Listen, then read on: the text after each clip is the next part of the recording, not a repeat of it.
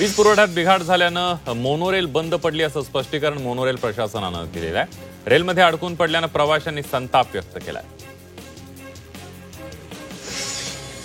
उपमुख्यमंत्री एकनाथ शिंदे यांनी मोनोरेलमध्ये अडकलेल्या प्रवाशांशी संवाद साधलाय. प्रवाशांची सुखरूप सुटका केल्यानंतर शिंदे यांनी व्हिडिओ कॉलद्वारे प्रवाशांना धीर दिला, तसंच सर्वतोपरी मदत करण्याचं आश्वासन दिलं.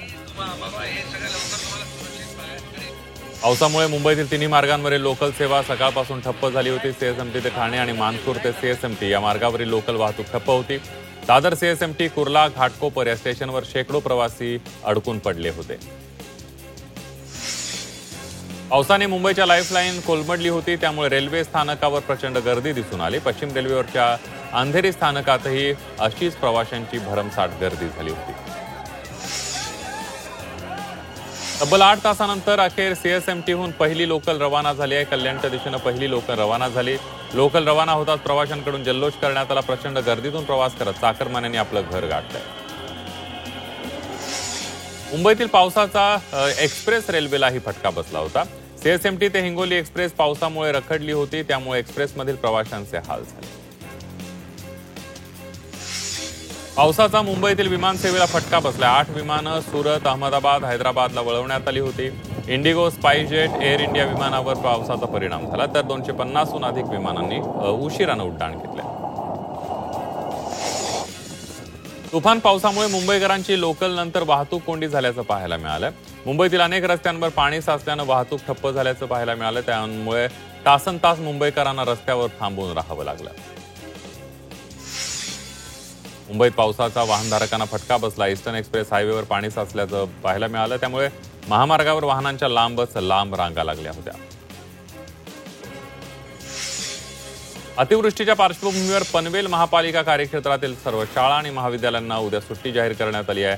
मुसळधार पावसानं पनवेलला झोडपलंय, त्यामुळे खबरदारीचा उपाय म्हणून महापालिका प्रशासनानं हा निर्णय घेतलाय. ठाण्यासह पालघरमध्ये शाळांसह महाविद्यालयांना उद्या सुट्टी जाहीर करण्यात आली. हवामान विभागाकडून अतिवृष्टीचा इशारा देण्यात आलाय. खबरदारी म्हणून शाळांना सुट्टी देण्यात आली आहे. मुसळधार पावसामुळे बदलापुरात कल्याण कर्जत राज्य महामार्गावर पाणी साचलं होतं. जुवेली गावाजवळ पाणी तुंबल्यानं वाहतुकीवर परिणाम झाला. या ठिकाणी रस्त्याच्या एका बाजूला मोठमोठे गृहप्रकल्प आहेत आणि सार्वजनिक बांधकाम विभागानं रस्त्यांच्या दुतर्फा गटारही काढलेली नाही आहेत, त्यामुळे या ठिकाणी पाणी तुंबलं असा आरोप नागरिकांनी केलाय. कल्याण डोंबिवली परिसरामध्ये मुसळधार पाऊस झाला. पावसामध्ये रेल्वेची वाहतूक विस्कळीत झाली होती आणि त्यामुळे प्रवाशांचा प्रचंड त्रास प्रवाशांना सहन करावा लागला, तर रस्ते वाहतुकी ठप्प झाली होती, त्यामुळे प्रवाशांचे प्रचंड हाल झाले. कल्याणमध्ये सकाळपासून झालेल्या मुसळधार पावसाचा फटका प्रवाशांना बसला, कल्याणमधल्या नागरिकांना बसला.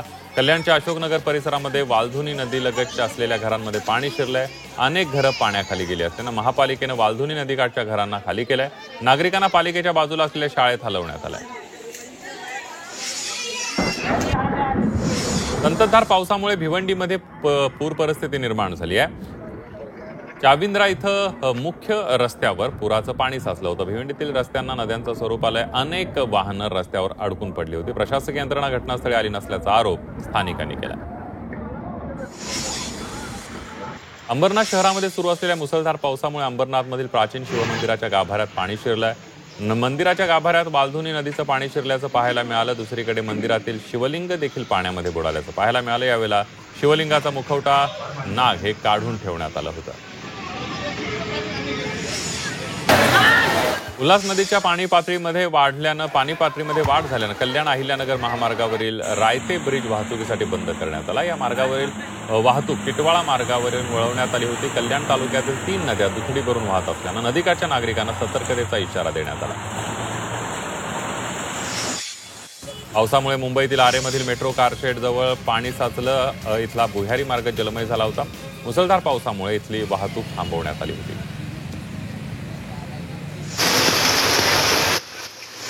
ठाण्यातील घोडबंदर रोड पाण्याखाली गेला होता.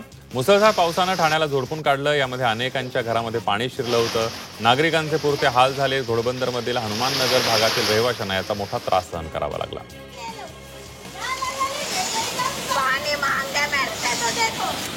वसईला पावसानं जबर झोडपलंय. वसईतील तानसा नदीवरील पांढरतारा पूल पाण्याखाली गेला. तानसा नदीनं धोक्याची पातळी ओलांडली आहे.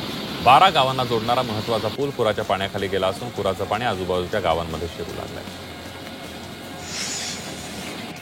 2 दिवसांपासून संततधार कोसळणाऱ्या पावसामुळे शहापूरमध्ये जागोजागी पावसाचं पाणी साचलं होतं. शहरातील मुख्य रस्ते खड्डेमय झाले आणि त्यामुळे या रस्त्यांवरून प्रवास करताना नागरिकांना त्रास सहन करावा लागला. ठाण्यामध्ये मुसळधार पावसामुळे उपवन तलाव ओसंडून वाहू लागला. उपवन तलावाचं पाणी हे रस्त्यावरील आलं होतं आणि उपवन तलाव ओव्हरफ्लो झालेला आहे. मुंबईतील मिठी नदी धोक्याच्या पातळीवर पोहोचली आहे. त्यामुळे स्थानिक धास्तावलेले आहेत. मिठी नदीची पाण्याची पातळी 3.9 मीटरपर्यंत वाढली आहे आणि त्यामुळे कुर्ल्याच्या क्रांतीनगरमध्ये पाणी शिरलं. येथील जवळपास 350 जणांना महापालिकेनं सुरक्षित ठिकाणी स्थलांतरित केलं. कल्याणमध्ये इमारतीची संरक्षक भिंत कोसळली आहे. भिंतीचा ढिगारा भिंत लगत उभ्या असलेल्या कारवर पडल्यानं कारचं नुकसान झालंय. मग मात्र सुदैवानं भिंत लगत कोणी नसल्यानं जीवितहानी टळलेली आहे.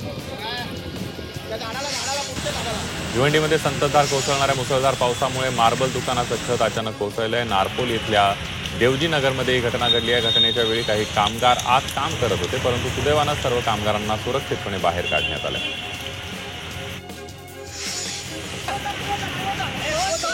मुसळधार पावसामुळे मुंबई अहमदाबाद हायवेला नदीचं रूप आलं होतं.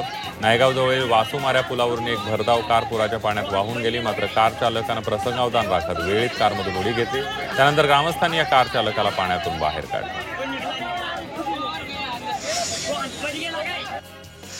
मुसळधार पावसाचा डबेवाल्यांना फटका बसलाय. पावसामुळे रुळावर काही ठिकाणी पाणी साचल्यामुळे काही काळ रेल्वे सेवा ठप्प झाली होती. त्यामुळे डब्यांची सेवा पोहोचवण्यास 30 मिनिटं उशीर झाला. त्यामुळे कार्यालयात पोहोचलेल्या अनेकांना जेवणास उशीर झाला.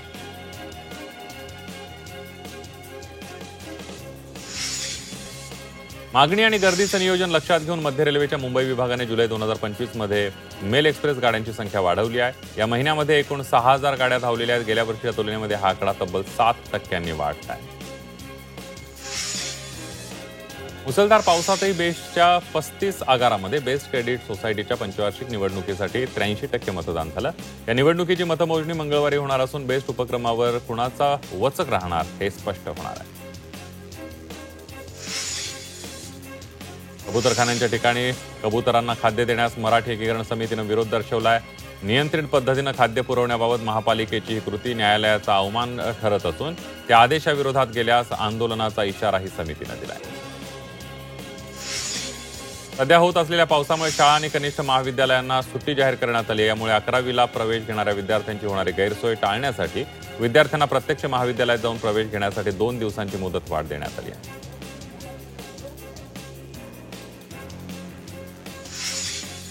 मराठी भाषेला अभिजात दर्जा मिळाल्यानंतर तिचा सन्मान करत त्याच्या संवर्धनासाठी मुंबई विद्यापीठाची भूमिका महत्त्वाची ठरणार आहे. विद्यापीठाचं सर्व कामकाज मराठीतून केलं जावं अशी मागणी मुंबई विद्यापीठाचे सिनेट सदस्य डॉक्टर सखाराम डाखोरे यांनी केली आहे.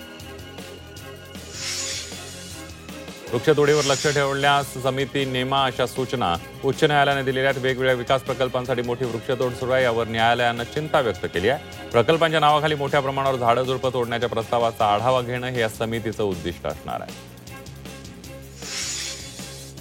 एसी आणि 32 इंचाहून मोठ्या टीव्हीवरील जीएसटी 28%वरून 18% कमी होणार आहे. त्यामुळे एसीच्या किमतींमध्ये मॉडेलनुसार घट होऊ शकते, तर टीव्हीच्या किमतीही कमी होतील आणि विजेची बचत करणाऱ्या मॉडेल्सची मागणीही वाढणार आहे.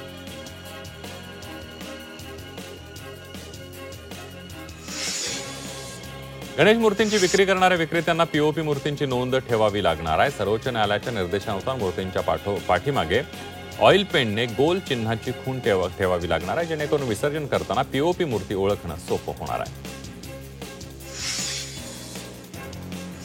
वडाळा येथील एका 35 वर्षीय डॉक्टरशी इंस्टाग्रामवर मैत्री करून नंतर ब्लॅकमेल करून तब्बल 94,47,000 रुपयांची फसवणूक केल्याची घटना उघडकीस आली आहे. पैसे न दिल्यास अश्लील फोटो आणि चॅट व्हायरल करण्याची धमकी दिल्यानं डॉक्टरने भीतीपोटी पैसे दिल्याची माहिती मिळते.